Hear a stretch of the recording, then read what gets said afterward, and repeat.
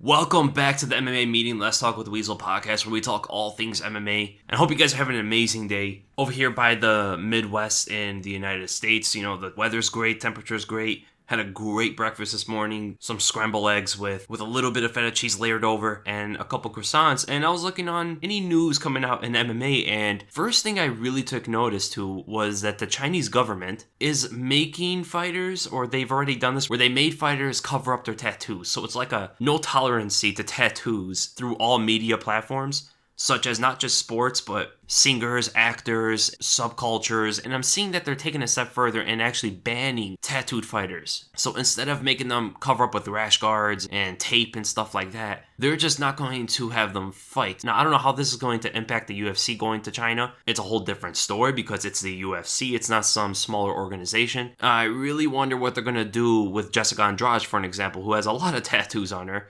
And she's the main event of that card versus a Chinese fighter, so it's a big opportunity for the Chinese market. But are they going to outright ban that fight because Jessica Andrade decided to put ink on her skin? It's a very, very weird rule, very weird. I don't know if it's an actual law. Seems like just some kind of media regulation they have. It's pretty funny to me. It's kind of ridiculous. Very old school. In 2019, they have that kind of mindset to ban pretty much art or drawings or words that you want to put on your skin. And I also see that they're not even allowing hip-hop culture there. It's their thing. I don't know how the UFC is going to respond to that.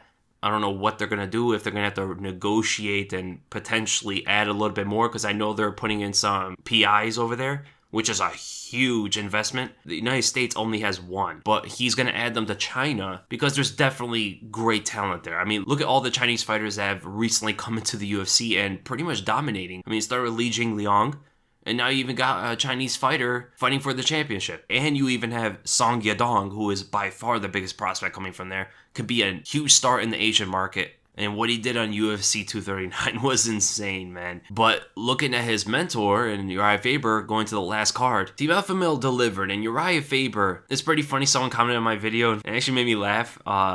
Team Alpha Male is actually banking on a 40-year-old former retired fighter. But to be honest, they did pretty well that night. I mean, from Josh Emmett TKOing Mirsad Bektic was very impressive. I had a feeling Emmett was going to win because he is better in everything that Bektic does. And he has more power, and he has just overall better attributes with better skill. And then you had Andre Fili putting on the performance of his lifetime pretty much. So far, he is still very young. I mean, his skills and technique was flawless in that fight. And it's just showing that he is progressing, and he is at Team Alpha Male, right? So they're doing something probably a little bit different, because Urijah Faber did say that they have a lot of coaches there now. Potentially, Team Alpha Male is getting things together, because for a long time it looked like they were very unorganized. And all gyms were bypassing them because of their progression in combat sports. They knew who to bring in. They knew how to breed fighters. That's probably the wrong word. They knew how to grow fighters, such as ATT. I believe ATT is probably the best gym in the world right now. And it's just amazing how great of a coach Mike Brown has become from a former WEC world champion who did fight Urijah Faber, So yeah, Urijah Faber put on a great show. One right hand over the top. Now, what I really want to get into is his whole thing with Henry Cejudo, because people will think this is crazy. So Urijah Faber beats Ricky Simón in the first round, and he instantly called out Henry Cejudo. On his part, it's a smart move, right? He has the notoriety. He has the following, he has the name, he has the experience, he is still pretty good out there. He is not aging like other fighters in their 40s. Yes, he's a 135-pound fighter, which makes you think this is a little bit crazier. And Urijah Faber is still able to compete with the young fighters in the 135-pound division. The Henry Cejudo went on Twitter, I believe, and actually kind of played along with it. And he did call out Urijah Faber before, remember that? When he beat Marlon Moraes, he called out a bunch of names, and one of them was Urijah Faber, which makes you think, if two big names in the sport, one being a double champion, beat some of the greatest fighters of all time, versus the veteran, the legend, the icon, who is coming off 2 wins, and is also using his fame to call out said champion in Henry Cejudo, you might think that the organization might be in on this, I know Dana White loves Urijah Faber. I know the organization loves Urijah Faber. And with no real clear contender, I would say it is Aljamain Sterling. But there is Peter Yan there. There are other fighters coming up the ranks very, very quickly. I can clearly see a scenario where they have Yan versus Sterling for the number 1 contender. And in the meantime, do Urijah Faber versus Henry Cejudo. But there's another problem there. Henry Cejudo is also a champion in 125-pound division, and with their signing of Askar Askarov, who, by the way, if you haven't watched my prospect video, I talk about him a little bit on that one, showing off some of his flawless skills as a great prospect in the sport. They signed that guy in 125-pound division, so it shows they're not done with that division, right? They're still going to go on with it. I don't know why they let off so many fighters before, but they brought in one of the biggest prospects in the sport. Cejudo's still the champion there. And Joseph Benavidez is the clear #1 contender. There is no one close to that spot yet. And that has to be Cejudo's next fight, right? Now, I am a purist. I like if they go by the ranking system. I like if they go by an order. So, have him fight Joseph Benavidez, have Peter Yan versus Aljamain Sterling, winner gets the title shot. And then Cejudo goes back up and defends his belt in that weight class. Have Urijah Faber fight some other guy. I wish they still had John Lineker, because John Lineker has a lot of experience. He would have been a really good fight for Urijah Faber, and if Faber would have beaten him, he potentially could have made a claim to a title shot, right? Potentially. I still think he probably need one more fight, but kind of sad that John Lineker went to 1FC. He's going to have some good experience over there. He's going to have some good fights over there, because 1FC is absolutely no joke. It is still a little bit strange he left or they cut him from the organization. I understand he was complaining a lot about not getting fights, but if you actually look at his record, since December of 2017, he has actually pulled out 3 times. So that's quite a bit. And he has pulled out before a couple times too. So it is a little bit on his side, as much as maybe on the UFC side, which is why he only fought 3 times since 2017. You know, he would have had 3 more fights. So you can't blame the organization too much if you're pulling out like that. And he had fights against, Cody Garbrandt. He's had fights scheduled against Dominic Cruz a couple times, against Rob Font too. I mean, he's had some good opportunities and he just pulls out of those big opportunities. He could have had a title shot a long time ago. So let's say he did fight and beat Dominic Cruz, he would have had a potential title shot. So, but the organization likes what the casual fans want mostly, and they do like big names, they do like big marquee fights, and Henry Cejudo versus Urijah Faber is probably the biggest fight Cejudo can get right now, besides moving up to like 145 or something crazy. Inside those 2 weight classes, he's the champion, and Urijah Faber is the biggest fight for him. Makes Henry Cejudo a bigger name, because let's be honest, Cejudo will most likely dominate that fight, if not finish Faber pretty quickly. Cejudo is a different kind of speed, a different kind of power, a different kind of athleticism, with different kind of fight IQ that he showed in the Marlon Moraes fight, which is extremely impressive. So, not a good fight for Faber, man. Oh, and I think they just announced Brian Ortega versus Korean Zombie. That makes me scratch my head a little bit. What happened to the Zabit fight? What's Zabit doing now? So, Ortega and Korean Zombie are targeted for Mexico City in September 21. So it's a good venue. It's a good opportunity to make Brian Ortega a bigger star. But the fight is pretty soon. So we all know that Brian Ortega was supposed to fight Zabit, or it was rumored, and it seemed like it was going to happen. But then something happened. I think Brian Ortega actually wanted more time to heal. I think that's what it was, but he's fighting so soon now, right? In 2 months. And the Zabit fight, I would think, is a lot bigger of a fight than Korean Zombie. It had a lot of people catching on, it had a lot of people excited, and if Zabit would have won, it would probably give him a title shot, right? I did favor Zabit heavily in that kind of fight. But it being in Mexico City, maybe they wanted Ortega and Zabit to have their own kind of fame separately. They didn't want one fighter to knock down another fighter. So Zabit could be a huge name in Russia. He already kind of is, but they can grow his name, have him compete in Russia, and they can have Ortega get bigger in Mexico. So maybe having Zabit versus Ortega in Russia or Mexico does look pretty strange, right? It does look like, okay, you're setting one fighter to fail here. But if you have Ortega versus a veteran in Korean Zombie, it makes a lot more sense. It's a lot more logical, right? And it's a lot more competitive, I believe. I think this fight could go either way. I think Korean Zombie's a much better striker than Ortega is, and he has the matching power as well. The jiu-jitsu is obviously going to go to Ortega, but I don't think either can take down the other. But then again, Jose Aldo took down Zombie like 4 times in that fight, so maybe Ortega could possibly get it to the ground, but that's probably underestimating Jose Aldo's takedowns, because he has an insanely fast blast double leg. That's a very competitive fight. I actually favor Korean Zombie a little bit, because yes, Ortega took all of Max Holloway's shots. Holloway is not a power puncher. He doesn't really knock out too many people. Korean Zombie has one-shot knockout power. He's already shown in his last 2 wins. And Ortega's defense is a bit lacking. He's going to throw a jab? Okay, throw an open jab on Korean Zombie. That didn't do too well for 2 of his last 3 opponents. Trying to take him to the ground could be a little bit risky as well. I think Korean Zombie has better cardio, but Ortega would have to be a little bit more pressuring. He has to put the fight to Korean Zombie. He cannot go tat for tat with Korean Zombie, because every time that's happened, he's winning those exchanges. Even the Yair Rodriguez fight, yes, Yair was doing very well. He was tagging Korean Zombie a couple times. He was actually matching his speed, but he had the luxury of his footwork to deal with a lot of the pressure from the blitz from Korean Zombie, right? Ortega doesn't really have that. If they're going to stay in the pocket with each other, Ortega really only has the power to hit back and crack Zombie clean, right? That's the only difference in this one. But if Korean Zombie is able to swiftly slip on the punches and attack Ortega from there, Ortega really has nothing to defend himself with. Ortega's defense is mainly his offense, and that's such a risky style to go after Korean Zombie with. It makes for an exciting fight. I mean, it's gonna be crazy in there, man. I cannot wait to see this fight, but it's a risky one for the future of Ortega.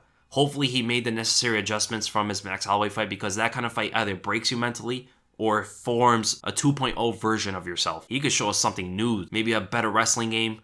I don't know why a lot of jiu-jitsu guys don't develop a really strong wrestling game. Only Jacare really has, but he isn't super great at wrestling. He just has a really strong single and double leg. That's really it. He doesn't mix it up too much. Everybody else, from Ryan Hall, I mean, he goes for Imanari rolls a lot. That's a little bit different. But even Ryan Hall to Fabricio Verdum, to even Damian Maia, even some guys like Gunnar Nelson and other great BJJ fighters, Ortega in this case, they don't really have strong wrestling. So how can they really use their Brazilian Jiu-Jitsu? You want to force it upon your opponent. And I think it would be one of the biggest things Ortega should do in his game. But I wonder what they're going to do with Zabit now, because he's number 5. Ortega's number 4. Volkanovski's out. Jose Aldo's open. So they could potentially do Zabit versus Aldo. Now that's a much harder fight for Zabit than Ortega is. It's a bigger name. It does better for his fame. It does better for his popularity if he beats Aldo. But man, that's the hardest fight in the entire division, I think, for Zabit. All those leg kicks are open now. His boxing is no joke. He's not going to get taken down. It's a hard fight for Zabit. Zabit's going to have to really mix up the game on Aldo. But Aldo's never faced a guy like Zabit. He has never really faced guys that throw head kicks at him. That's interesting. Notice all of Aldo's fights. When is the last time someone was really throwing head kicks at him? And that's something I really want to see Aldo react to. How does he deal with the length of Zabit, the posting ability, the head kicks, the knees, crazy wheel kicks, all kind of unorthodox, unpredictable attacks, counterwise or even aggressive? How does Aldo deal with that? And that's such a different kind of puzzle for Jose Aldo. So actually, yeah, man, I would love to see that. Jose Aldo versus Zabit. Winner gets title shot. For sure, Zabit should get a title shot if he wins that, but then you still have Volkanovski. So this whole Frankie Edgar thing, man, it might create a bit of a logjam up there, because Volkanovski is going to be next, most likely. If Zabit fights Jose Aldo and Zabit wins, now you got him up there who's on a very similar path that Volkanovski's on. So you can even make a good argument Zabit gets a title shot over Volkanovski. It depends how he beats Aldo, if that happens. And Chan Sung Jung, if he beats Brian Ortega, which is a very likely thing to happen, I mean, he's right there with those two guys. So what do you do then? Right? One of them gets a title shot, the other two fight each other. And there's going to be some angry fans about it, maybe, but they potentially get to still see a great fight. I don't know, man. Featherweight division's so stacked right now. It's so good. To be honest, I actually think the lightweight division, even though I still believe it's the most stacked in the UFC, I think the other divisions are starting to catch up now. Featherweight is right there. Bantamweight is getting close. Welterweight is right there. Middleweight is getting strong. Light heavyweight is actually getting promising. It was the weakest division for such a long time, with nobody besides Jon Jones, Gustafsson, and DC. And Jon Jones was out of the picture then too, so it was really only DC and Gustafsson. And Anthony Smith and Thiago Santos were just getting into the division. But now, you got Nikita Krylov, who's a good prospect, Johnny Walker, Alexander Rakic. Gustafsson's still a decent name, but the fact that he got beaten is actually good for the division. Jan Blachowicz is up there. Dominic Reyes is up there, Anthony Smith, Thiago Santos, Daniel Cormier, Jon Jones. This division is getting strong, man. And I'm very happy. It happened so sudden, too. But let's get to the questions now. For any new viewers, if you want to ask a question, you could go to my YouTube channel under the community tab, and I usually post questions for podcasts sometime in the weekend, Sunday, Monday, or Tuesday usually, and you reply your questions under there. The questions with the most likes get read first, and I do read pretty much every question, besides if they're repeated. And if Twitter is more convenient for you, I have my Twitter handle under every single video. You could tweet me and make sure to hashtag it MMA Meeting. Starting with the most liked comment, this might actually be the most liked comment that I've ever had on this podcast. So, Jose Ruiz, you're locked in a room with every female UFC fighter. Okay, this is most likely not going to be a PG question. A warning before, I had someone tell me before I was reading one of these kind of questions and they were with their child, and it made me feel a little bit guilty. So let's get to it. You're locked in a room with every female UFC fighter and you're wearing a suicide vest that will explode soon, okay? But will be deactivated by eating the ass of one female UFC fighter in each division who is blessed enough to feed the weasel. So, okay, as a ass-eating savant, so start with the featherweight division. I think obviously it'll be Megan Anderson. The bantamweight division, this is tough because you have Betch Correa. And that would be, I would think, an ass eater's dream. So yeah, why not? I'll pick Betchkoya. Then we go to the flyweight division. I would like to say Valentina Shevchenko because for some reason, I don't know, there's something about Shevchenko, but I gotta stay true to myself. Rachel Ostovich. And then the strawweight division, maybe Alexandra Albu or Polyana Viana. Those who will be blessed enough to feed the Weasel. Now, this isn't just for me. Obviously, it is because I have this vest on, but I'm in a locked room, so I'm saving everybody here. This is a group effort.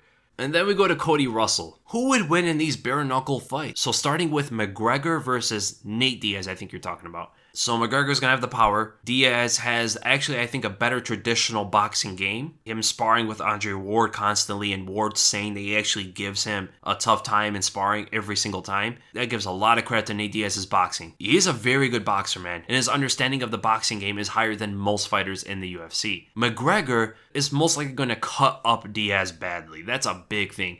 Now, Diaz got cut up pretty bad with 4-ounce MMA gloves on. Imagine bare knuckle. The friction of the blow on the face of Diaz can really scar him up a bit. It could be a glancing shot, and that's enough for it to scrape open a big cut. But I believe a guy like McGregor versus the style of Diaz might actually break his hands at some point. Yes, McGregor is very precise where he lands that left hand, but he does land 100% every single time he throws it. And Diaz never keeps his chin high up. He always lowers his head and creates a bigger target for the forehead. It shrinks the target for the chin and enlarges the target for the forehead, and Diaz can slip and move his head and potentially catch a fist to his crown, and if that happens, good night to the hand of McGregor. Diaz, on the other hand, he doesn't throw 100%. When he throws a lot of 50% punches, that's why it's a lot of volume, that's why he doesn't get tired when he does it, that's why he throws a lot of combinations, able to go to the body too, and that's another thing. McGregor doesn't usually go to the body.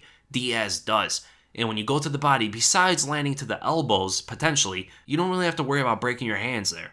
Yes, you can land to the hip, or you can land to the elbow, but that's pretty much it. The head moves a lot more, right? It's a 5 2-minute round fight, which will favor McGregor, knowing that he doesn't have as good as cardio as Diaz. McGregor could potentially land some big punches bare knuckle and hurt Diaz out there like he did in the second fight. But, contrast to that fight, there's no leg kicks. He set up a lot for his hands behind those kicks. When Diaz was looking to box and he was leaning back and showing his legs, he thought McGregor was going to come in like in the first fight, throw these big punches and not land clean too many times. Get rolled on, move with the punches a lot of times, but McGregor started kicking the legs, which forced Diaz to square up a little bit more. And that also aligned up McGregor's timing, his range especially, and it kept Diaz on edge. Confusing the target between high and low is a very good thing to do to the opponent. This fight, Diaz doesn't have to worry about that. And I believe he's a better traditional boxer. I think he can go to the body a lot more in a bare knuckle fight without worrying about getting kneed or head kicked, which could potentially also gas out McGregor. So, tough fight to call, but I will lean Diaz just a little bit. And if you look at their first fight, Diaz hurt McGregor before 10 minutes. This fight is going to be 10 minutes. And there weren't really too many leg kicks from McGregor and stuff like that. So if McGregor didn't go for the takedown on Diaz, Diaz most likely would have TKO'd McGregor on the feet. And then we go to Lobov versus Cejudo. Lobov does have the experience. He's going to be a little bit bigger, but I have to go with Cejudo, I think. I mean, he's a lot faster. I think the power is going to be relative. I actually think Cejudo's going to be stronger in the clinch. He's going to be a lot more knowledgeable on there. Even Paulie Malignaggi's doing pretty well in the clinch with Lobov a couple times. Cejudo's a different level there. He has a wrestler strength when he grabs a hold of someone. And Lobov does swing wildly sometimes, and Cejudo had to deal with Marlon Moraes, who I actually believe is a much more dangerous puncher than Lobov is. And Cejudo walked him down, boxed him up, kneed him a couple times. Obviously, there's no knees, but I believe Cejudo's going to be a little bit too elusive, a little bit too quick and precise for Lobov. And the difference between Lobov and Diaz and where they hold their chin, Lobov tends to keep his chin high up. So Cejudo doesn't really have to worry about landing to the forehead as McGregor does for Diaz. So I'll go with Cejudo, I'll go by a decision. For Diaz, I'd probably say a decision as well. Then we go to Masvidal versus Woodley. I think this might be the most one-sided out of all of these fights. Masvidal has a clear advantage. Better boxer, better fight IQ for boxing, more experience. He was a backyard fighter back in the day, so he has experience going with bigger men. I mean, who did he fight? I forgot on those YouTube videos. But the guy was clearly bigger than Masvidal. Clearly. He looked bigger than Woodley as well, and Masvidal dealt with him pretty well back then. I'm not saying he's on the level of Woodley, but showing that Masvidal can deal with bigger opponents. Woodley's going to be a little bit bigger, he's going to be shorter, but more mass and more power. But Masvidal's way too slick, man. That jab will be in Woodley's face all day. Masvidal knows when to commit 100%. He doesn't normally use his guard, which is excellent for Barenuckle. He always slips, he leans, he knows where to move his head, he knows where to position his feet, whereas Woodley likes to put up his guard. And 4-ounce gloves does make a pretty big difference than no gloves. So Woodley, where he throws 100% with everything he throws, that right hand's mostly of what he's got on the feet. I think it's too rudimentary for Masvidal. I think it's way too simple. And Woodley doesn't have takedowns. So Woodley's an entirely different fighter if he doesn't have a takedown threat. That's why opponents are very tentative of when to come in on him and when not to. When you have a good wrestling game such as Conor Usman, now that worriness is not there, right? You could pretty much do a lot more to Woodley rather than if you didn't have that wrestling game. So Masvidal doesn't have to worry about it. Woodley's an entirely different opposition when he doesn't have a wrestling game to work with mixed up with his right hand. Right? When he has a right hand and he has a double leg, now what do I do here? If I'm a little bit aggressive but also looking out for the right hand, he could potentially go right under my attack and take me to the ground. Now, if I'm tentative and I'm trying to get in and out, now that speed in that right hand of his is in play. So it makes a very hard opponent to figure out. So I'm going to go with Masvidal on this one. I think he'd probably win a decision because of how short the fight is, but I could also see a late TKO. Then we go to Rumble versus Ngannou. Sign me up. It's not going to be good for someone's health. You know, it's going to be great for the viewers, probably not great for the loser of that fight. The loser of that fight, you might need a stretcher ringside, you know, so 100% someone's getting put to sleep. I know they both have really good chins, but the power them to generate, it is too much for the human skull to take. Now we're talking about 280-pound Rumble Johnson. Bigger than Ngannou is. And I can see a slower Rumble, right? And that's not a good thing. Rumble needs his speed. That was a big thing for his game. Even DC alluded to it. Everybody knew how powerful he was, but it wasn't his power that was so effective against DC. It was more his speed to get in. And if he's going to be 280 pounds, potentially loses some weight to fight Ngannou, get in fight shape, he might get down to like 260, 250. Still a little bit big, man. And is he going to be faster than Ngannou? It's going to be hard to see it. It's going to be relative, I believe. I also think their power is going to be very close. But I would say Ngannou is probably going to be more powerful. He is longer. He is taller. He is a better boxer. He has a better understanding of footwork, better understanding of foot placement, and he has better form in a lot of punches he throws compared to Rumble. And a huge thing is, Ngannou is a fighter at heart. If things get tough, he's still going to fight back. We've seen Rumble a couple times, man. When he gets put in a bad situation, he kind of just lets it happen. And if it's going to be a boxing fight, and if you ever start covering up a little bit too much, be a little bit too defensive on Ngannou, the guard is a lot less effective in this kind of fight. Someone's going to be on cue to sing a lullaby for Rumble. So I'd have to go with Ngannou. Also, we have seen a mutual opponent between the two, and that is Andrei Arlovski. Rumble could not knock out Arlovski. He hurt him plenty of times, he broke his jaw, but Ngannou sent him into another dimension with 2 shots. One was kind of glancing, the other one lifted him off his feet. And that was it. It was the first round. Rumble went 3 rounds with Arlovski and couldn't put him away. That's a bit of a difference between power there. And they both landed clean on Arlovski. But Rumble is 280 pounds now, so maybe he has more power, less speed, which can still hurt him. And even then, I still have to go with Ngannou. He's still active. He's still training all the time. He's looking for fights. He has that fight in him deep, and that's a big difference. I would pay double for that pay-per-view, man. That's a fight I would never get to see anywhere else. So, and isn't it crazy? Rumble's like 280, right? He fought at a weight class 110 pounds under than what he weighs right now. Think about that. He fought at a weight class that's a Rolls Namajunas away. You know, like, I mean, Rolls probably like 120 something, but you know what I'm saying. Almost a whole human away. He fought at that weight. That's crazy, man. And then we go to Antony. If Valentina Shevchenko had murdered or permanently disabled Jessica Ai with a head kick on live TV, would MMA be outlawed?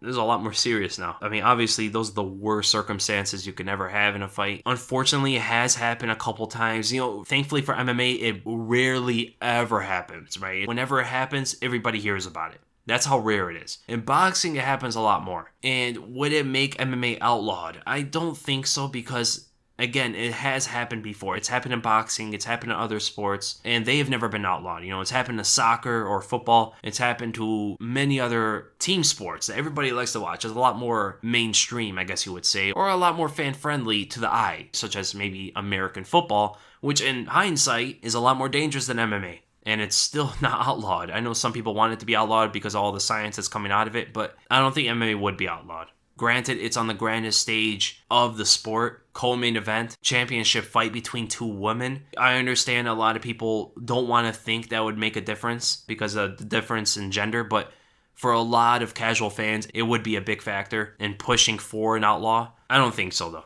I don't think so. I think it would leave a stain for a year or two, and then it would eventually go away as we see that it doesn't normally happen. It's a very, very rare thing and unfortunate thing. And then we go to Min Din. Who do you think would win these matchups? Number one, McGregor versus Masvidal at 170.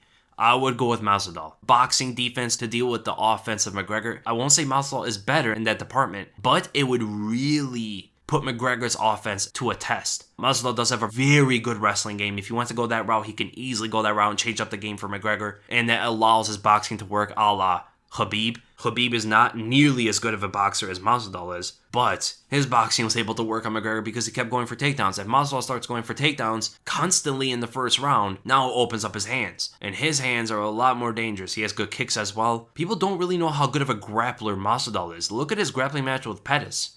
Pettis is a legit black belt in jiu-jitsu, and people think that he's a better wrestler than Masvidal. Masvidal did very well on the ground, even had the advantage a few times. So I will go with Masvidal. I think it's a very, very close fight, though. At 155, it would be a little bit different. Number 2, Woodley versus Diaz in a street fight. So which Diaz? Either way, I would say Woodley. His wrestling on concrete, man, that changes the game a little bit, If you double leg someone, lift them, slam them, it's a different kind of impact. I understand the Diaz brothers know how to land better than normal people do. But imagine, for an example, Rose Namajunas, right? She's a very high-level BJJ black belt. Very good on the ground, very good at grappling. Jessica Andrade is nowhere near the level of Woodley in terms of wrestling. Nowhere near in terms of how to control the opponent and how to manipulate their body movements. Look what happened with that high crotch, right? And also, Rose is way more elusive than the Diaz brothers. Like, she's a lot faster. And Andrade really isn't that fast. I would actually say Woodley's probably faster than Andrade is. So if Woodley can get under the Diaz brothers and potentially get a high crotch or even double leg and lift them and slam them, it could be good night right there and then. It doesn't matter how good your chin is. Sometimes it does, but on concrete, man, it'd be tough. Also, Woodley has one punch knockout power. He has leg kicks too to destroy the Diaz brothers' legs. It's a very bad fight for the Diaz's. And number 3, Khabib versus Usman in MMA only grappling. If there's no strikes, I would go with Khabib because I don't think Usman has the capabilities of submitting Khabib at all. He is bigger. He is a better traditional Western wrestler, but Khabib has better judo, which can actually work against the wrestling of Usman. He has better Brazilian Jiu-Jitsu. He has better Sambo. He has better submission ability. He has very good wrestling. Khabib is a lot more credentialed and a lot more skilled in a wide variety of grappling arts. And he would, of course, get bigger. We've seen Khabib bigger. Nowadays, he is lowering his body weight to make an easier weight cut. When he fought Michael Johnson, when he fought Daryl Horcher, he was a lot bigger. You can physically see it too. People are saying now his head looks a lot bigger than his body. It's actually his body has shrunk due to him lowering his natural weight. So Khabib weighing 190, cutting to 170, he's not going to be that much smaller than Usman. Usman's a pretty big guy who has a very low body fat, but Khabib would still hold a lot of weight in that weight class. So I'll go with Khabib. Then we go to Pumpy FN. Johnny Walker versus the top 15 heavyweights. To be honest, I cannot make a good assessment of it because Johnny Walker's only fought in the UFC for 2 minutes and 48 seconds. So it'd be tough, without seeing the guy even get hit yet. That's a very hard thing to analyze, And also, he hasn't fought a top 10 opponent. He hasn't fought one of the top guys. He fought Misha Cirkunov, who's no joke. Top 15 caliber UFC fighter. And he ran through him in 36 seconds. But if he goes out there and beats a guy like Gustafsson like this or Anthony Smith like this, then this guy's unstoppable. I mean, he'll beat everybody in the heavyweight division. I feel bad for Jones if he's able to do that. But I cannot make a good assessment, even in the light heavyweight division yet. I know he's good, I know he's dangerous, but I just don't know how far he'll be able to get. Never mind the heavyweight division, I have no idea how he would perform up there. And Walker's crazy, man. He even said that he believes he would beat Francis Ngannou, as well as he packs more power than Ngannou, or relative. And apparently, he went to the PI and he hit the cube thing, the one that generates your power. And he said coming off surgery, he almost had the same numbers as Francis Ngannou with a punch. And it also depends, what kind of punch did you throw? Because Ngannou threw it straight. And Ngannou threw it in place. He didn't walk up to it or anything. So I don't know how Johnny Walker punched it. It really does matter. But if he threw the same punch stationary, that's scary, man. That's scary. If not DC or Stipe, who can beat Francis Ngannou? Nobody. I mean, think about it. Look at the top ranks. He has beaten JDS, who's number 3, beat the number 4 Curtis Blades. He lost a very weird fight to Lewis, and I think if he was in the right mindset, he would beat a Derek Lewis. He beat the number 7 Overeem. He beat the number 8 Cain Velasquez. Everybody else inside the top 8. The only guys he has not beaten, well, he never fought Volkov, and he lost to Lewis. He's already beaten pretty much everyone else. I don't think Volkov would win. I don't think Derek Lewis would win. Oleinik would travel dimensions as well. Abdurakhimov, no. Ivanov, no. Tuivasa, no. Tibora, no. Harris, no. Sakai, no. I mean, there's no real great prospects besides Cyril Gane. I think that's how you pronounce it. Huge prospect for the heavyweight division. Great kickboxer. His striking is dangerous, man. He's very fast. Extremely good jab. He's very long as well. Super athletic. Elusive footwork. I mean, if he gets somewhere in the UFC, he just got signed too. So if he gets anywhere in the UFC and progresses, I could potentially only see him as the threat to Ngannou. And how do you see Ngannou versus Stipe or DC now? I definitely think he has a better chance than before. He seems to be getting better. I think his fight with Stipe would be very competitive. I think actually Ngannou would win a couple rounds. Of course, he can knock out Stipe at any given moment. I still think Stipe might win a decision though, but very, very competitive. I think a first round Ngannou is going to be so dangerous to Stipe. Actually, I think the second round Ngannou would be more dangerous than the first, because I think Ngannou will come out with a better game plan. Maybe not being so aggressive in the first and confuse Stipe in that first round thinking he's going to do something crazy, and then carry on into the second with a higher pace. But I think Stipe still takes like the last 3 rounds. And as for DC, I think this is the hardest fight in the entire division for Ngannou.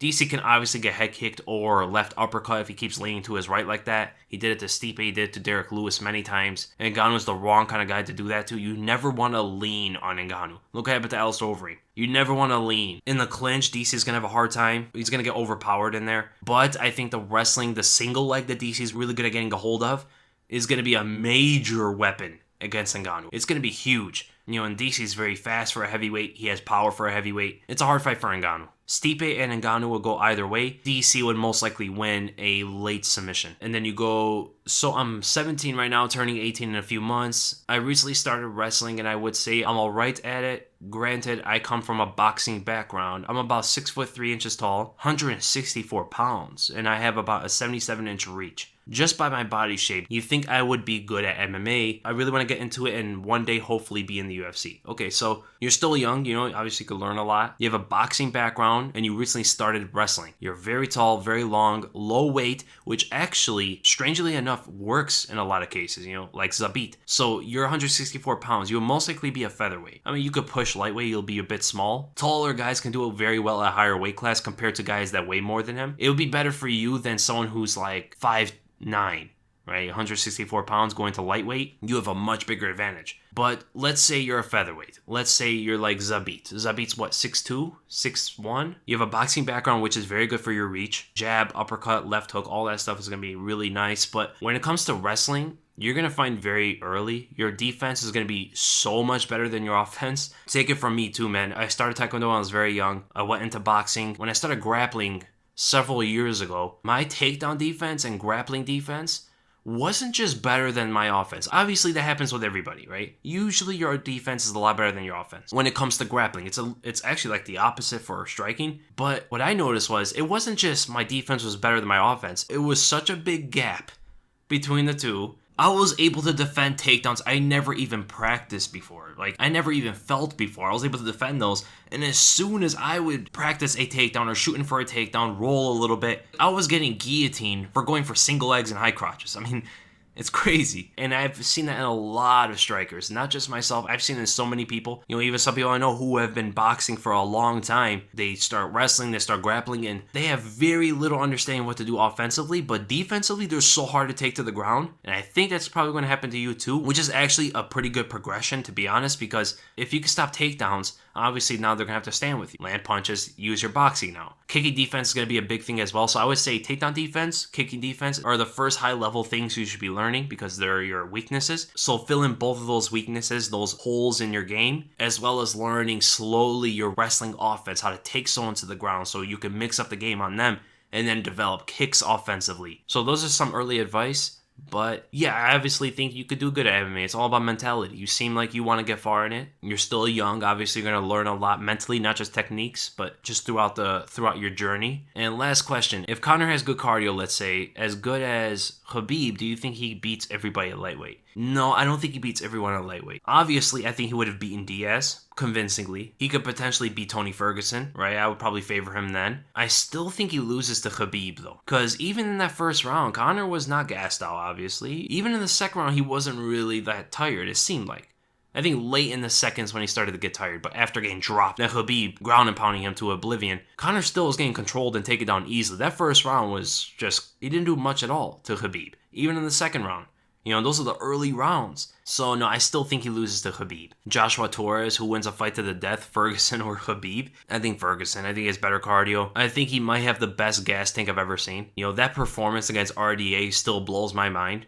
Ferguson has fought with a broken arm against Michael Johnson, so even if Khabib breaks the arm of Ferguson's still coming after him. He has that deep fighter mentality. Nothing's going to break him at all. You can break both of his arms. He's still going to throw kicks at you. He's still going to throw elbows and stuff. I think Ferguson, more knockout power, more dangerous on the feet, also dangerous on the ground, better cardio, can last longer. I think Ferguson would win in a fight. Then we go to Sammy J. Bellator versus UFC fantasy matchups. Mousasi versus Romero. Romero dominates. Very bad fight from Mousasi. He even acknowledges that. Mousasi versus Adesanya. I would stick with Adesanya. Mousasi's not going to take him to the ground. And the striking difference between the two is so vast. There's a huge gap in technique. I would say Adesanya also dominates. Lovato Jr. versus Whittaker. I would say Whittaker all day. Whittaker would shame Lovato Jr. out there. Lovato Jr. is really a Brazilian Jiu-Jitsu fighter. He's a big guy. Decent wrestling, I guess, but you have to be way better just a decent wrestler to even compete with him. The striking gap is enormous. MVP versus Wonderboy, man, I want to see this fight so bad. It's a tough fight to call. I think it can go either way. I would stick to Wonderboy because of his experience. He's a little bit more versatile. I would stick with Wonderboy in that one. He probably also has higher fight IQ. Rory McDowell versus Usman. Usman dominates. The wrestling's too strong. He's too long. Volume on the feet as well. I don't think Rory would be able to keep up. Bader versus Stipe. I would stick with Stipe, but I actually think Bader would surprise a lot of people. Bader is very similar to Stipe in a lot of things he does, but he's faster. I think stylistically it would be a very competitive fight, but I think Stipe would eventually catch Bader. Pitbull versus Holloway. I think Holloway, although Pitbull does have that style, man, that good wrestling,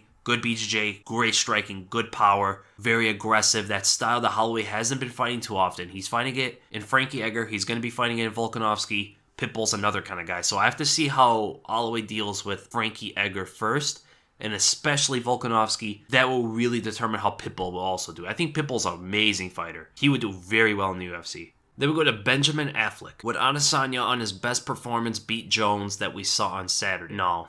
I think this fight is so one-sided. I don't know why people always talk about it. Maybe because they're like the same height. They look like the same person. But this fight's very bad for Adesanya. Jones didn't even wrestle. Adesanya's biggest thing is striking. Yes, so is Thiago Santos, but Jones doesn't have the same kind of threatening sense against Adesanya. So, Adesanya isn't as dangerous as Thiago Santos is, which potentially kept Jones off of Thiago Santos, right? He didn't want to get too close.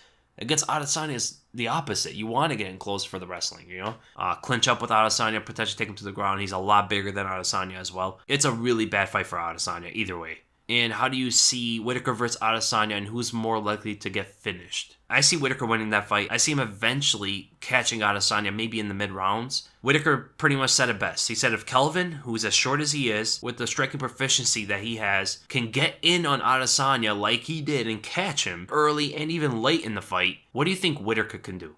Who's faster, better striker, bigger, more power, longer? What do you think Whittaker would have done? Right? Whittaker was able to get in on everybody's fight. Adesanya doesn't utilize his jab as much as I think he should. On Whittaker, you have to. You can't just try to bait him and counter. It's a very hard guy to counter. Whittaker is very good defensively when he moves in. When he's moving out, that's when his defense kind of lacks, right? You see Romero expose that. You see even Wonderboy expose that a long time ago. It's a very similar thing. And also a big difference here is Whittaker doesn't need to get away. He doesn't need to get in and out and expose himself when he's retreating back from Adesanya. When he gets in close, he doesn't want to get away. He wants to keep that distance. But when he's coming in, He is extremely methodical. He knows how to get in. He knows how to put his hands up, as well as attacking on the same side with extremely fast punches to set up high kicks, body kicks, all that stuff. Whittaker's main thing is to blitz the opponent, and he gets in on everybody, man. Even on Romero, who you shouldn't be doing that with, he was able to do it. You know, a couple times he got hurt, but even for it to work occasionally on that guy is impressive. I think Whittaker does the same thing. I think he stays on the outside a little bit, feels out the fight. Adesanya's throwing a couple things his way. Whittaker's blocking him, all that sort of stuff. And eventually he starts to draw out some of Adesanya's long punches. Whittaker slips on them, gets in, blitzes down, catches Adesanya with a couple punches, and potentially ends it with a body kick as Adesanya's trying to get away. But I see that eventually a big right hand dropping Adesanya with a similar entry. And then Masvidal versus Usman. I will say Usman, I think the wrestling's too strong. I think he's too tough. He has a really good chin. He won't make too many mistakes. He's a very, very smart fighter. And Masvidal versus Colby. That's an interesting fight, man. I think Masvidal would win that one. I think he would stuff some of the takedowns. I think he would get taken down a couple times.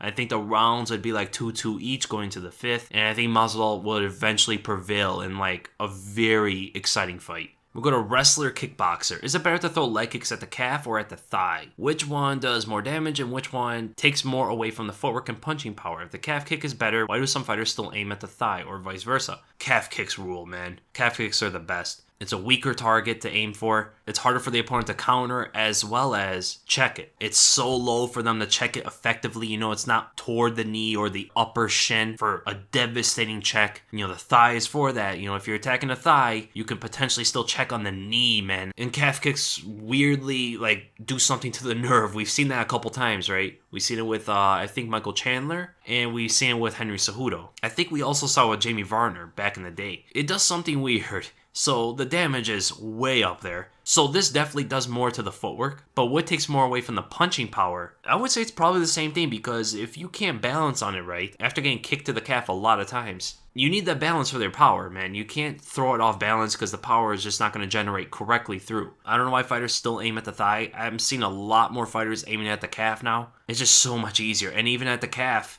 you can attack from a longer range. And that makes it a lot harder for someone to catch you with a counter shot. It's just so much better, man. No idea why anybody would throw at the thigh these days, unless like it's for a specific reason. Something in the fight happening, or they notice something and they're aiming at the thigh now. Eric Justin, biggest butt in the UFC? My kind of question. No idea, dude. I have no idea. I know on Joe Rogan's podcast, he used to talk about Hector Lombard. There was like 2 months straight, every single podcast, whenever it was Rogan, Bravo, and Schaub on there, and Callan a couple times, Hector Lombard was brought up like every conversation. It was hilarious. So I guess him, I haven't noticed. And of the woman, it's obviously Betch Correa. I mean, that's ridiculous. Dan D, please let us reply to each other's comments in these types of posts. Everybody like this so Weasel can see and we can have a dialogue on the questions asked before the podcast. Weasel can also read in the podcast each comment thread and see what we think about it too. Wait, you guys can't reply? I'm looking at it right now and I can reply to the comments. Is it just me that can reply? I'm gonna look. Yeah, this is strange. No, I want you guys to be able to reply.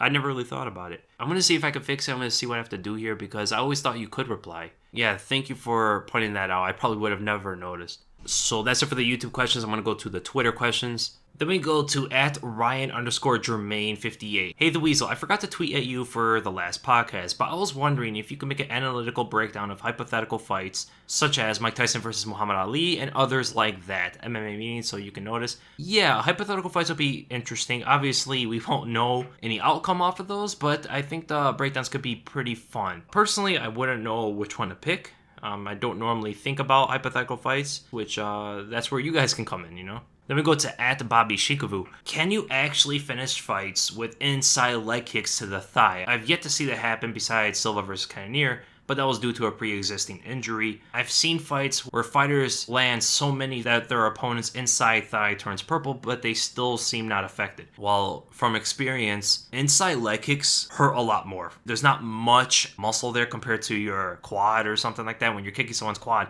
that's like the thickest muscle in your body. Kicking the inside of it, you're not really hitting too much of the quad. And it hurts. You know, it hurts a lot more. I'd rather get outside leg kick than inside.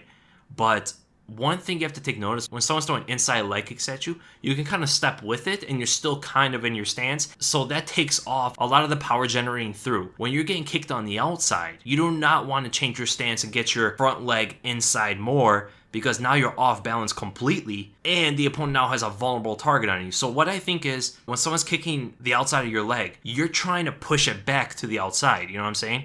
You're not trying to follow with the kick, because that puts you in a very bad stance. So you're kind of like pushing it back out. You're moving your leg into the kick. Instead of following through, which diminishes the power generating, you're kind of making the damage worse. And also, outside leg kicks are used a lot more than inside leg kicks, right? I would say the biggest display of inside leg kicks in recent memory would be Justin Gaethje versus Dustin Poirier. But then again, what was Poirier doing? Moving his leg on the outside, landing with the big left. Poirier did say his leg was badly damaged after the fight. You know, in opposite stances, Justin Gaethje throws a lot of leg kicks. He doesn't care what stance you're in. He's going to blast you with that right leg. That's why you saw a lot of inside leg kicks, but you don't normally see too many of them. Outside leg kicks, you see them all the time because fighters are usually in same stances. And even sometimes you see them in opposite stances, they're throwing switch kicks to the leg, which will make it an outside leg kick. So I think the amount of inside leg kicks isn't nearly as much as outside, and the whole thing was stepping with the kick. You know, it makes a huge difference. We go to @Nahostin. You have a lot of questions, so I'm going to have to go through them quick, man. Yoel, I got a bunch of questions for MMA Meeting. Would be cool if you can answer them. Number 1, Askren versus Colby and Marty. I understand he got flying kneed, and I don't think Usman would do that. Colby can. Colby does throw a lot of flying knees. So I do still think Askren's not all the way out of it, but he would lose both of those fights. Those guys are so much better of strikers than Askren is, and they have a strong wrestling game. Those are very tough fights for Askren. Adesanya versus top 10 light heavyweights. I already did that before. He does really, really well in the division. I would say the obvious one he would lose is against DC and Jones. And Zabit versus Ortega. I wish this fight was happening, man. Again, I confidently pick Zabit to win that fight. He's not going to get taken down. The BJJ won't be a factor. He's a better striker than Ortega, longer, more slick, doesn't get hit clean. But he did get hit clean once by Jeremy Stephens and ate the punch. I mean, Jeremy Stephens is the hardest puncher in this entire division. And Zabit ate, I think it was his uppercut? I forgot which punch it was. And Ortega doesn't do well with leg kicks. Zabit does amazing leg kicks. Just too much variety, too much skill on the feet. And he doesn't really put himself in harm's way. It does look like it sometimes, so he throws some of the flashy kicks, but he's very, very composed in what he does. Number 2, if you could copy one attribute, what would it be? For an example, Tony's cardio, Jon Bones Jones, range management. If I can copy one attribute, probably Tony's cardio. Like, imagine yourself going 5 rounds and you can go as hard as you want every single round. That's something you can't find anywhere else, really. Only a couple fighters, but at the pace he's able to do it with the power and the weight he walks in, just having Tony's cardio alone, you can build your entire skill set. Cardio is a hard thing to really develop, right? I mean, there is Francis Ngannou knockout power. Range management you can work on. A lot of other things you could work on. Cardio is hard. You can work on it, but it's hard to get it to the level of Tony Ferguson's without being naturally good at it. And power is a similar thing, but it's like a cap to it, right? Power, there's a cap, and you're trying to fill it up to that cap due to perfect form, knowing how to throw a punch, when to throw a punch, how to deliver it, all that sort of stuff. But Francis Ngannou's cap is higher than everybody else's, right? He has like a jug on you. So I don't know which one. What would I pick? Ngannou's power or Tony's cardio? For me, I understand Tony's cardio will probably be more advantageous and it would be more important. But for me, I would love to have Ngannou's power, man. Why not? That would be really fun to have, right? I mean, people won't spar with you that much, but I'll probably have that one because power is harder to work on than cardio is. Number 3, who has the tools to beat Jon Jones in all of MMA? So when you say in all of MMA, you don't mean every aspect, you just mean everybody in MMA, right? Who can do it? The one I've been saying for a long time, I think you guys remember, I've been saying this for like a year and a half now, and I've always said Francis Ngannou is the guy to beat Jon Jones. Some people thought it was crazy in the beginning. Now, after seeing what Santos did to Jones, now people are starting to think, oh wait, no, Ngannou would obliterate this guy. I've been saying it for a long time. I've had arguments. I've had debates even in real life. I've had debates online. I've been backing this up because I'm so confident in it. What I see right now, like, what can Jones really do to beat Ngannou? Clinching up is not a good idea. Staying on the outside is not a good idea. Throwing a lot of leg kicks is not a good idea. You're going to get countered over the top. And Ngannou has really good footwork. He's very fast with his feet.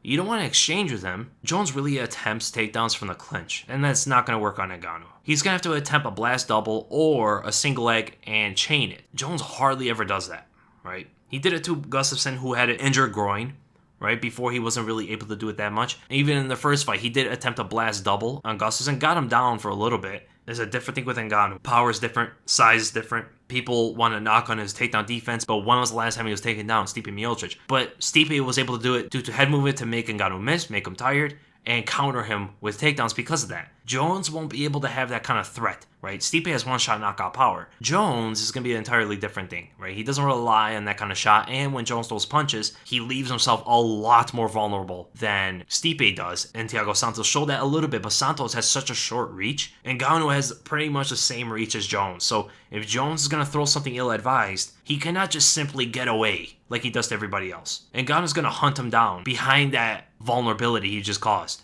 Jones throws a punch, and Ngannou can catch him at the same time. Jones can't post anymore, right? If he posts with his left hand and he's an orthodox, he's going to meet a left uppercut or a left hook. So it's an entirely different thing, man. I still back it today. My claim is stronger. Ngannou would win. Also, the leg kicks. I mean, it's probably a big difference between getting kicked by Ngannou than Santos. And Santos, the first leg kick he hit Jones with, or one of the first ones, he dropped Jones. What's Ngannou going to do? Number 4, do you implement mimic techniques of Jones into your training? The spinning back elbow off a fake takedown. One other thing was the jumping side kick to the knee. Instead of just throwing a fast side kick to the knee, jump. It makes you look like you're faking. They don't expect, when you jump, they don't expect you to go low still, right?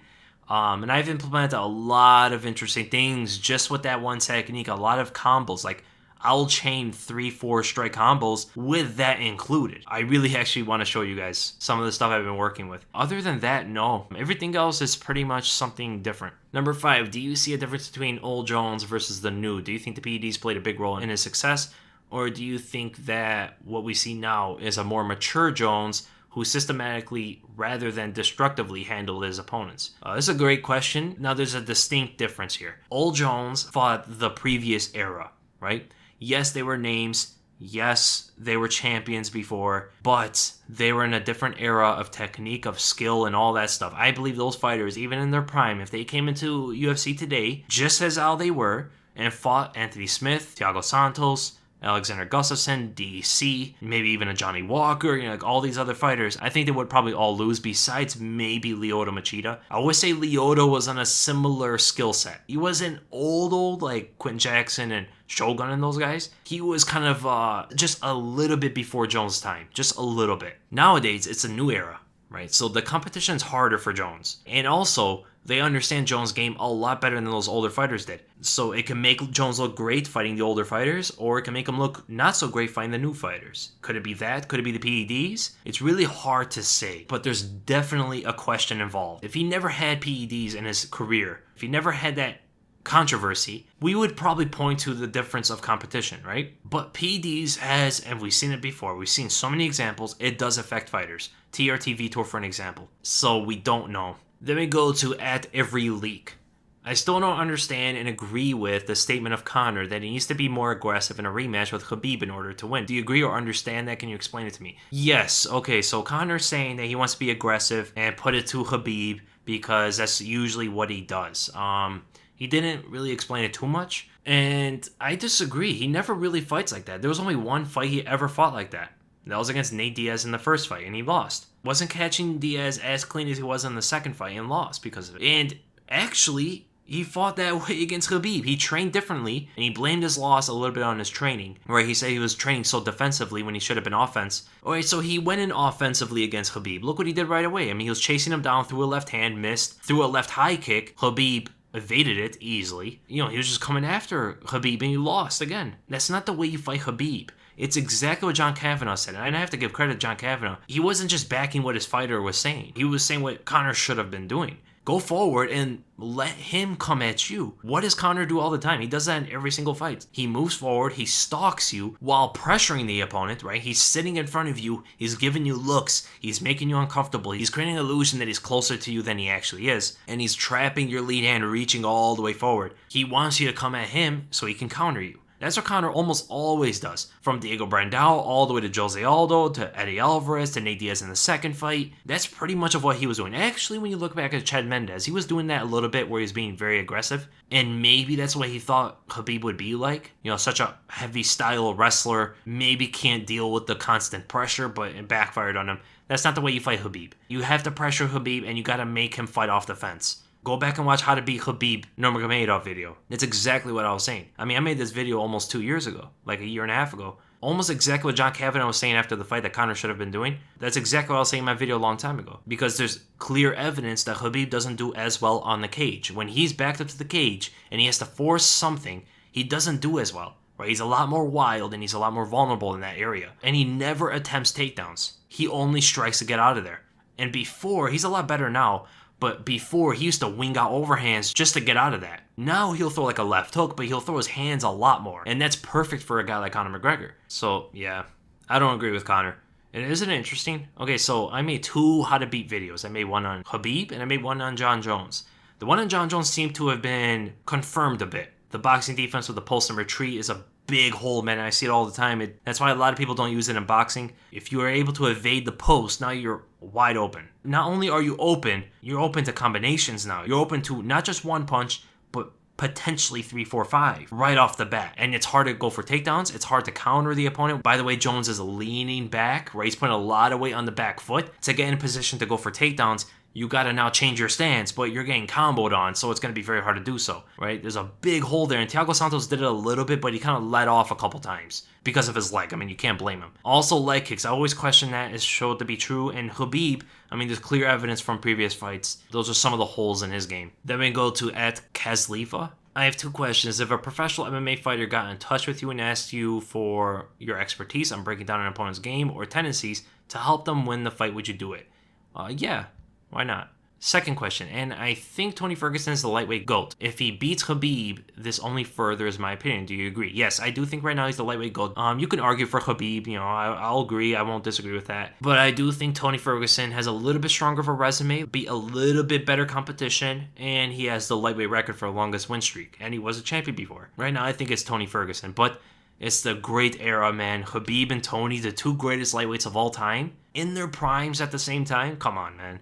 That's why this fight has to happen. It would be a legendary fight talked about for decades in the future. It's almost like the Sugar Ray Leonard versus Marvin Hagler kind of, or were they in their primes then? I don't know. But it's kind of like that. When Hagler and Sugar Ray Leonard were at the peak, I mean, that fight was talked about forever, you know?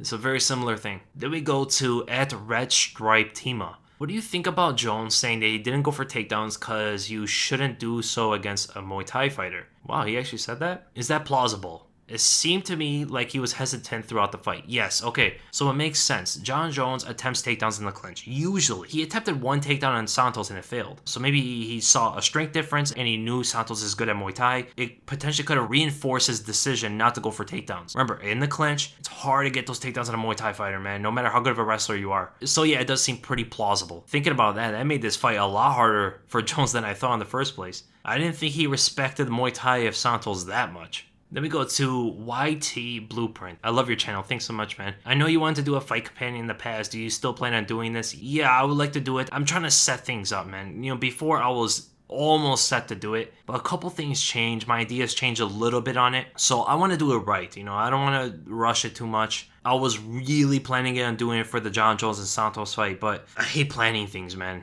I've always been bad at planning things. But if I were to think when I want to do it, it might be for the Khabib and Dustin Poirier card. You know, that's a big card. It could be for the DC and Stipe card as well. Also, would it be an option to do a less edited version of the podcast every week? It's up to you guys. To be honest, for me, I mean, when I started the first podcast, I didn't have any images up. It made it a little bit easier. Having all the images and having all the stuff I put on top of it, it does spend a bit of time until it finally gets out. So it's up to you guys. You know, a lot of you guys may be wanting something to look at, but I understand a lot of people don't actually look at the screen when they're listening to podcasts. So, you know, I only did it for the feedback. I still want to show you guys questions on the video, you know, that I'm not going to take away. It doesn't take too much time to do that. And by the way, you should promote your Patreon more. You deserve it. I don't know. I feel weird if I were to promote it or anything. I only made it in the beginning when I started this channel. And, you know, a lot of people wanted to help out and stuff like that. I appreciate it greatly, even from, you know, the lack of promotion I put into it and the people that took their time and even money to help out the channel. I greatly appreciate it. If you guys want to know, I've only been using it for this mic. I've already bought 2 mics since the beginning of this channel. I bought a camera as well that I'm planning on using for other stuff. You know, maybe showing some technique breakdowns in person, like me doing it, as well as the fight companion thing, and I'm also getting more cameras. I'm also getting more microphones in case I have guests with me in the future. So a bunch of stuff, You guys are absolutely the best. Everybody who took their time to go into the Patreon, even me, not promoting it, that just means a lot more to me, man. Thank you so much, Blueprint. Then we go to at J Rodriguez. So JR0DR1GU32. I'm not sure if this is necessarily a good question, but me and my brother were talking about this. In the Jorge Masvidal versus Ben Askren fight, where Jorge knocked out Ben Askren with a flying knee, Yoel also pretty much TKO'd Chris Weidman. Why did Ben Askren get knocked out, but Chris Weidman only got rocked and the ref jumped in declaring it a TKO? Does it have to do with the weight? I guess it was a question. Sorry if it's long. Love your channel. Love your videos. Interesting question. I guarantee there's a couple people also thinking this. Like, why did Chris not get knocked out? Ben Askren did, in terms of like unconscious completely. It's just the range of motion that the knee landed. So look at the difference. You can put them side by side. Jorge Masvidal is already in the air. He ran forward, right? So he ran forward, all of his body weight, momentum moving forward. He jumped in the air like he's long jumping in track and field and flying kneed with his knee fully extended toward the head of Ben Askren, right? It landed toward the neck as well, but I think it clipped like the temple. With Yoel Romero, he didn't run forward. He kind of just jumped in place a little bit forward. And when he landed with the knee, it wasn't full range of motion. He didn't get that high up before he landed the knee. Jorge Masvidal was personal record high jump, whereas Yoel Romero, just slightly off the ground when it landed. And he didn't wind up the knee as much. So more power in what Jorge Masvidal shot out there. So that's the end of the podcast, guys. I hope you guys enjoyed the episode. And if you did, make sure to give it a like. Make sure to subscribe to my YouTube channel if you're listening to the audio version of this. My next video is going to be a prediction video. I skipped last week's because there are a couple things getting in the way. I didn't want to get it out too late before the fight. So there will be a prediction video. I want to get that out by tomorrow, so be looking out for that. There's going to be a new thumbnail. It's going to be a new mystic entity. And again, thank you guys so much for watching. Thank you guys so much for listening. And I'll see you in the next episode.